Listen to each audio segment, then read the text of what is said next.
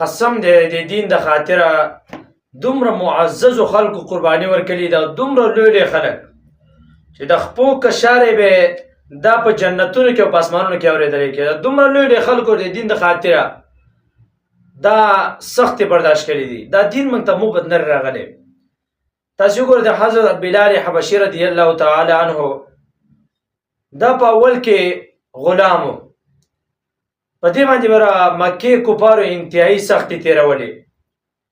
در امیه ابن خلف هغه څه ورسو وای دومره سختي به تیرولې د شپې به په زنځیرونو باندې تړلې وو، د شپې به په واها سخته سزا به ورکوله او د ورځې به بیا راویسته.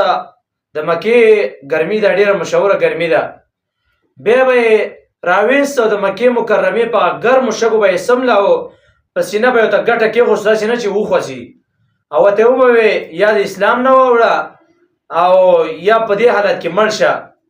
حضرت بلال سے بس په هغه سخت حالات کې چې زخمی به مو، په هغه سخت حالات کې چې په ګرمو شګو به پروتو، په هغه حالت کې به چې احد احد الله یو دی الله یو دی. دومره سختي به تیرولې.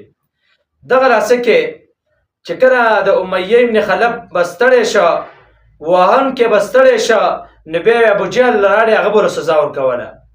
چې کله ابو جهل ستړی شه نو بیا به بل لاړې او بل به راړې په لمبر کلی وهن کې به دومره ستړی شي هغه به تلاړې.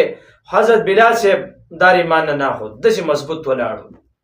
ایمان چې زده ته کوشي هغه بیا سړی مضبوطي دې زړونو ته ایمان د عشق د الله رب العزت کو شوی وو. داسې عشق یې و د الله رب العزت سره چې کوم خلکو د بوتانو عبادت کوي هغه به راولګېده دوی به یې سم وواهه خو در ایمان نه ناخوته. دیو په الله باندې مینو. منګه په الله باندې په حقیقت کې مین نه یو. که منګه په الله باندې په حقیقت کې مین شو دغه رنګې سختې دا به سړي ته څه نه ښکاري. بیا خو څومره سختې راځي هغه سختې به سړي ته څه نه ښکاري. د دې وجې نه حضرت بلال حبشي رضی الله تعالی عنه ته دا درجه میلاو شو چې کله دومره سختې تېرې کړې چې دا بیا د مسجد نبوي صلی الله علیه وسلم د همیشه دپاره بیا مؤذن و. ټول عمر ده بیا اذانونه ده کړلي. دغه رنګې پیغمبر علیه صلات وسلام چې سفر لاړې دا به سورسو ده به اذانونه کول. چې چېرته پیغمبر علیه صلات وسلام تلې دا به سورسو. ولې سختې تېرې کړې وې نو الله ورله ثمره هم لویه ورکړه. نو دا داسې خلک وو چې پیغمبر علیه صلات وسلام کله دنیا نه لاړې نو دا به اذان کوه په مسجد نبوي کې نو ده تر اذان ګران شو دا د هغه ځای نه لاړې. ده اراده وکړه چې دی همیشه دپاره په جهاد کې وزګرځي. ځکه پیغمبر علیه صلات وسلام د دور نه وروسته د ابوبکر صدیق صاحب دور همیشه پکې جهادونه وو. نو دی په جهاد کې وو تر دې پورې چې ډېر وخت مدینې ته بیا رانغلی. نو خوب کې پیغمبر علیه صلات وسلام ولید. پیغمبر علیه صلات وسلام ته وفرمیل ای بلاله ته خو زه پرېښیم ته خو زما خواله نه راسي، ته خو ظلم کې ته خو زما خواله نه راځي بیخي مدینه دې پرېښوسته. څنګه چې د خوب نه راپاڅېد په هغه ټیم باندې روان شو مدینې منورې ته راغلی.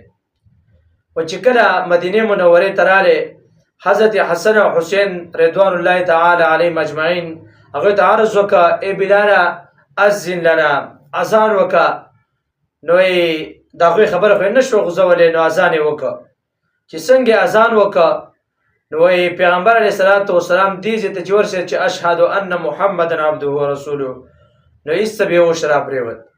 چې څنګه اذان د مدینې والا واورېده نو واړه م وی راووته ښځې م راوتې او ټولو ژړل ځکه چې هغه تېر وخت د پیغمبر علیه صلات وسلام دور دا ورته رایاد شه. دا داسې صحابي و څو ورځې تېرې کړې بیا د هغه ځای نه لاړې او بیا وفات شه په دمشق کې دا بیا وفات شه هلته مدفون هم دی. نو دومره سخت دا د دین دپاره تېرول دومره سخت زغمل چې د سړي پروام نه یو ته ګټې سړي باندې ږده شپې وله وهل ورکوه د زخمي وجود ته راله او ته په شګو باندې ږده. دا هغه صحابي دی چې دومره سختې تېره کړې ده. الله رب العزت درجه څومره ورکړه. پیغمبر علیه صلات وسلام چې معراج ته لاړې نو حضرت بلال د خپو کشارې د پیغمبر علیه صلات وسلام په جنت کې واورېده. دومره یو عظیم صحابي دی.